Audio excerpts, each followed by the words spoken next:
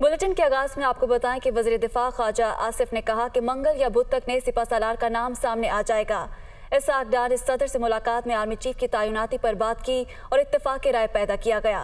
ख्वाजा आसिफ ने एक इंटरव्यू में कहा कि नए आर्मी चीफ की तैनाती का प्रोसेस पीर को शुरू हो जाएगा। 29 नवंबर को तकरीब भी होगी। जो नाम आएंगे इस पर इत्तेफाक राय से फैसला होगा। इख्तियार वज़ीर आज़म का है, लेकिन फैसला इदारे से मुशावरत के साथ किया जाता है। वज़ीर दिफा ने कहा इमरान खान आर्मी चीफ की तैनाती को मुतनाज़ा बनाने की कोशिश कर रहे हैं। वो बार बार कह रहे हैं कि नवाज शरीफ अपनी मर्जी का आर्मी चीफ लगाएंगे। वो मामले को सियासी मकासद के लिए इस्तेमाल करना चाहते हैं, लेकिन सदर मुमलिकत ने इनकार कर दिया। मुजव्वज़ा कानून साजी का नई तैनाती से कोई ताल्लुक नहीं। वफाकी वज़ीर इत्तलात मरियम औरंगज़ेब ने कहा है कि आर्मी चीफ की तकर्री वज़ीर आज़म का इस्तेहकाक है। तैनाती का फैसला मेरिट पर होगा। उनका कहना था कि तोहफे की घड़ी बेचकर जाली रसीद बनाने वाले हकीकी आज़ादी का शोर मचा रहे हैं। इनका long March work from home में तब्दील हो चुका है। एब्सोल्युटली नॉट कहने वाला अमेरिका से माफ़िया मांगने में मसरूफ़ है। मरियम औरंगज़ेब ने कहा कि वज़ीराबाद वाक़े की FIR नहीं कटवा सकते तो पंजाब असम्बली तोड़ दें। और आज जिस वक़्त अमेरिका से माफिया मांगने, तरले मिन्नते की बातें करते हैं तो कहते हैं it is over and it is behind me. ये शख्स एब्सोल्युटली नॉट कहने वाला शख्स इमरान खान साहब, it is not over and it is not behind us, it is in front of us and you will have to answer. It is absolutely yes now. हकीकी आजादी का शोर वो चोर मचा रहा था जिसने हरम शरीफ की जो अक्स था उसकी घड़ी कौड़ियों के दाम बेची। अभी आप जो वर्क फ्रॉम होम कर रहे थे टीवी स्क्रीन्स के ऊपर, वहां बैठ के दिखाएं अवाम को कि जी ये रसीदें हैं, ये मैंने घड़ी वैल्यूएशन कराई है, ये मैंने घड़ी बेची है, इस शख्स को बेची है, साथ उस शख्स को बैठाएं, मामला खत्म। इसलिए मैंने शुरू में जैसे कहा था कि मुझे यकीन है कि इनको कोई गोली नहीं लगी, इनको गम लगा हुआ है। और वो लॉन्ग मार्च अब वर्क फ्रॉम होम में तब्दील हो गया है क्योंकि वो बुरी तरह फना हो गया है। कह रहे थे कि पंजाब में मेरी हुकूमत है लेकिन मैं FIR नहीं कटा सकता। अगर आप इतने बेबस हैं कि आप अपनी FIR नहीं कटा सकते अपनी मर्जी के मुताबिक, तो फिर आप हुकूमत तोड़ें। इनको ये नहीं पता कि चीफ ऑफ आर्मी स्टाफ की जो सेंसिटिव हसास पोजिशनिंग है, ये कानून के मुताबिक वजीर आजम पाकिस्तान शहबाज शरीफ साहब का इस वक्त इस्तेकाक है और उन्होंने ही आईनी फरीज़ा अंजाम देते हुए ये तकर्री करनी है। इसका तकाजा पोजीशन का ये है कि इंशाल्लाह मेरिट पे फैसला होगा। वज़ीर इत्तलात सिंध शर्जील इनाम मेमन का कहना है कि इमरान खान ने घड़ियां बेचने में हैट्रिक कर ली, झूठ बोलकर आलमी रिकॉर्ड कायम कर दिया है। शर्जील मेमन ने इमरान खान पर तनकीदी ट्वीट किया, कहा कि इमरान खान पाकिस्तान और दुनिया के पहले वज़ीर आज़म बन गए जिसने तोशा खाना से दोस्त ममालिक के कीमती तोहफे सस्ते खरीद कर महंगे दामों बेचकर कौम से और इनकम टैक्स महकमे से झूठ बोलकर आलमी रिकॉर्ड अपने नाम कर लिया। रहनुमा PTI फवाद चौधरी का कहना है कि इमरान खान आज आवाम को रावलपिंडी पहुंचने की कॉल देंगे। फवाद चौधरी ने अपने ट्वीट में कहा कि आखिरी मरहला आ गया है, तैयार रहें। आज दोनों काफले रवात के मकाम पर मिलेंगे। शाह महमूद कुरैशी और असद उमर ने इस शानदार मुहिम की निगरानी की है। हकीकी आज़ादी मार्च का दूसरा मरहला रवात के मकाम से रावलपिंडी शहर दाखिल होने के लिए पहुंचेगा। साबिक वफाकी वजीर शेख रशीद का कहना है कि आइंदा 10 रोग मुल्क और कौम के मुकद्दर का फैसला करेंगे। तबाहाल मईशत मजीद संगीन हो सकती है। सरबरा अवामी मुस्लिम लीग नून ने ट्वीट किया कि सही फैसला पाकिस्तान को सही समत ले जाएगा और गलत फैसला इंतशार बर्पा कर सकता है। हुकूमत ने सिर्फ अपने केस खत्म कराए हैं जो वक्त आने पर दोबारा बहाल हो जाएंगे। महंगाई 30% बढ़ गई है, लोग बिजली और गैस के बिल दे नहीं सकते। शेख रशीद ने मजीद कहा हुकूमत खुद रिलीफ और लोगों को तकलीफ दे रही है। 7 माह में 77 वज़रा की हुकूमत ना तो आवाम में जा सकती है और ना मसाइल हल कर सकती है।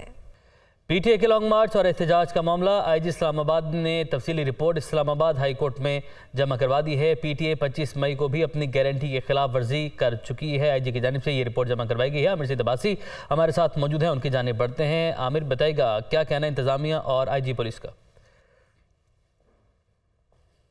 देखिए, आईजी पुलिस ने इस्लामाबाद हाई कोर्ट में जो पीटीआई के एहतजाजी मार्च की इजाज़त देने से मुतल्लिक केस है उसमें अपनी रिपोर्ट जमा करवा दी है। और इस रिपोर्ट में ये कहा है कि पाकिस्तान तहरीक इंसाफ पहले भी 25 मई को जो उन्होंने ज़मानत दी थी कि वो रेड जोन में दाखिल नहीं होंगे, पहले भी इसकी खिलाफ वर्जी कर चुके हैं। और अब भी ये जो मार्च इस्लामाबाद की तरफ बढ़ रहा है वो एक खूनी मार्च हो सकता है। इस बात का ऐलान जो है वो शेख रशीद और फैसल वाडा अपने बयानात में कर चुके हैं। इस रिपोर्ट में ये भी कहा गया है कि वफाकी वज़ीर दाखिला को भी अली अमीन गंडापुर समेत दीगर जो पीटीआई के रहनुमा हैं वो धमकियां दे चुके हैं। और इसमें चेयरमैन तहरीक इंसाफ इमरान खान खुद ये कह चुके हैं कि इस मार्च में बहुत से लोगों के पास असलहा भी है और वो मुसल्ला है।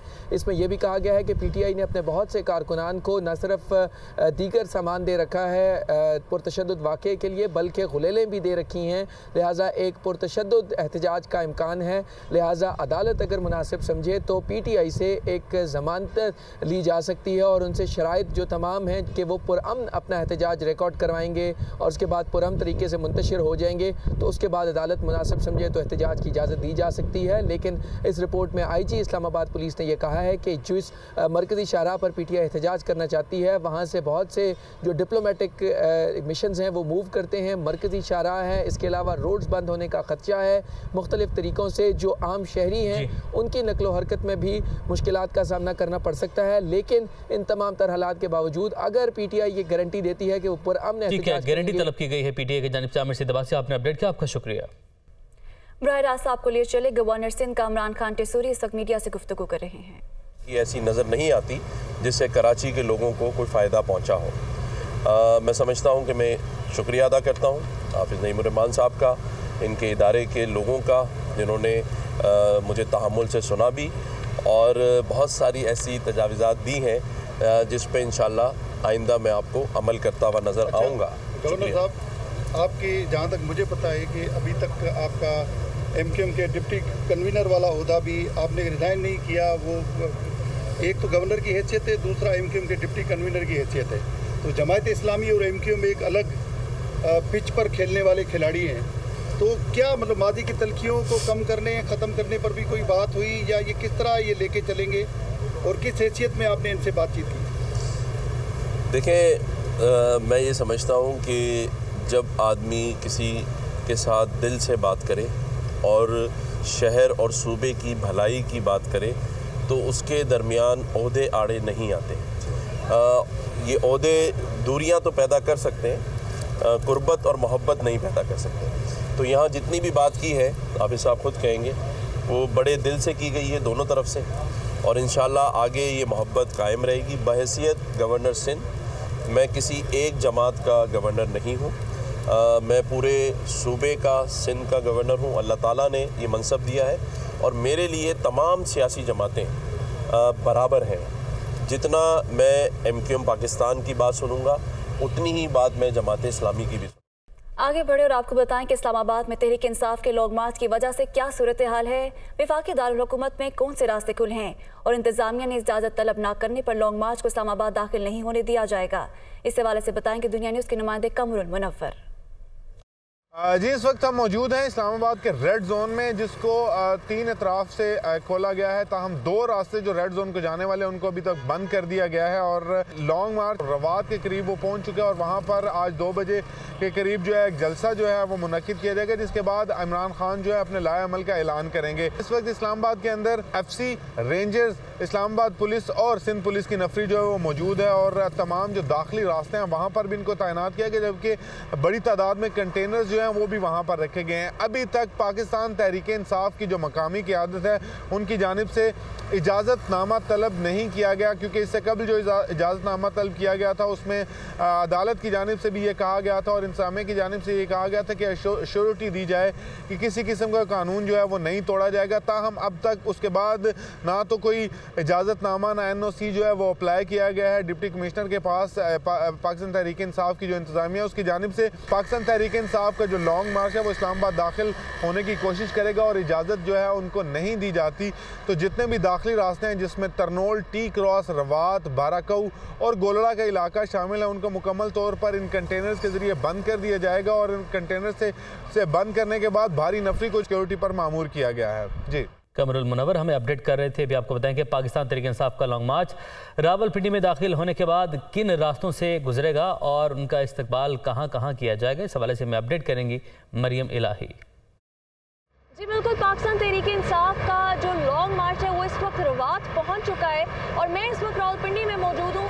रवात में जो है इमरान खान साहब अपना एक वीडियो लिंक के थ्रू खिताब करेंगे और जहाँ से वो ये अनाउंस करेंगे कि मार्च में किस वक्त जो है वो रावलपिंडी के हदूद में दाखिल हो रहे हैं। रावलपिंडी में दाखिल होने का और रावलपिंडी के थ्रू होने का आगे इस्लामाबाद की तरफ उनका जो मुमकिन रूट हो सकता है वो ये है कि वो जो इब्तदाई तौर पर बताया गया दैट इज़ कि वो रवात से जो है वो कचहरी से वो मरीड़ चौक ज्वाइन करेंगे और मरीड़ चौक के बाद वो मरी रोड के ऊपर जो एक मरकजी शाहराह है वहाँ पर उसको जो वहाँ तक वो पहुँचेंगे, जिसको कनेक्ट करता है फैज़ाबाद, और फैज़ाबाद आगे जो है वो फैसल एवेन्यू तक सीधी शाहराह जाती है। तो ये जो मुमकिन रूट है यहाँ पर एक्सपेक्टेड है।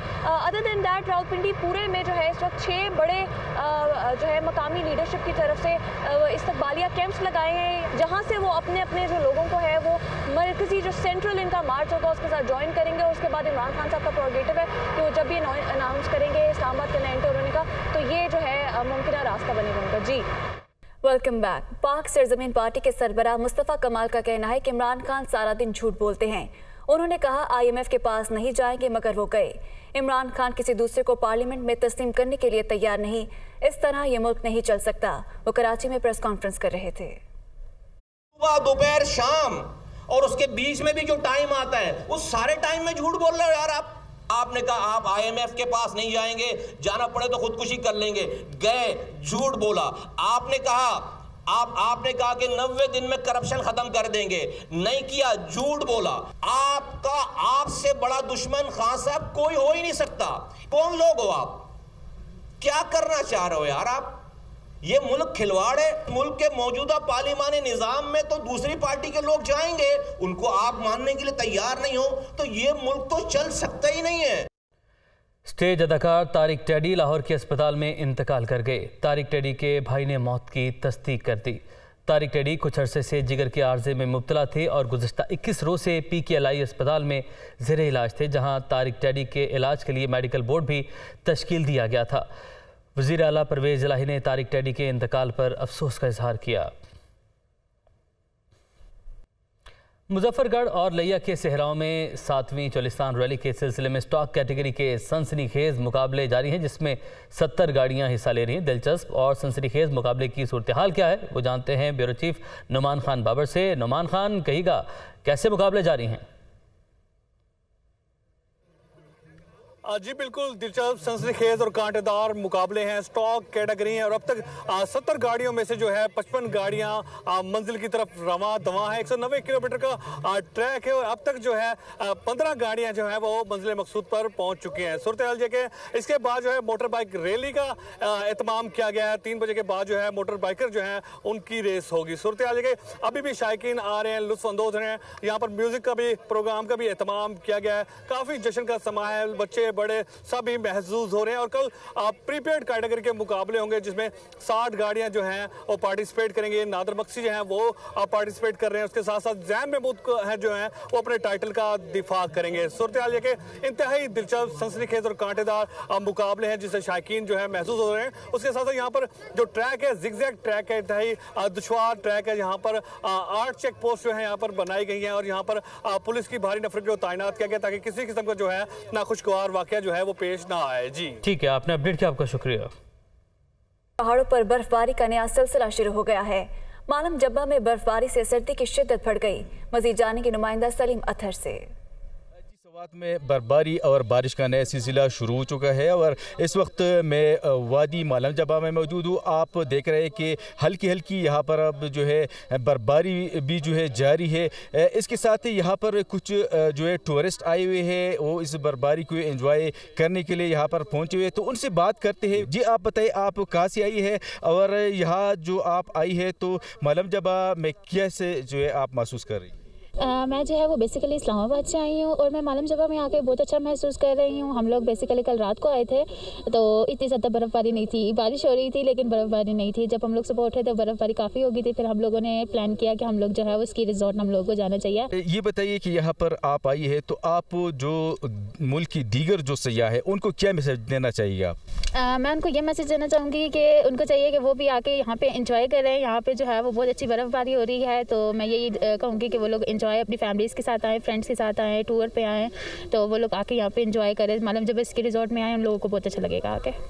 जो यहाँ पर जो सयाह खातून थी उनका कहना था कि वो यहाँ पर आई है, वो मालम जबा में जो है बर्फबारी को एंजॉय कर रही है और साथ साथ उन्होंने जो मुल्क की दीगर हिस्सों में जो सयाह या जो लोग मुकीम हैं उन्होंने उनको भी जो है पैगाम दिया कि वो यहाँ पर आए और मालम जबा के मौसम और बर्फबारी से जो है वो लुत्फ़ अंदोज़ हो सके।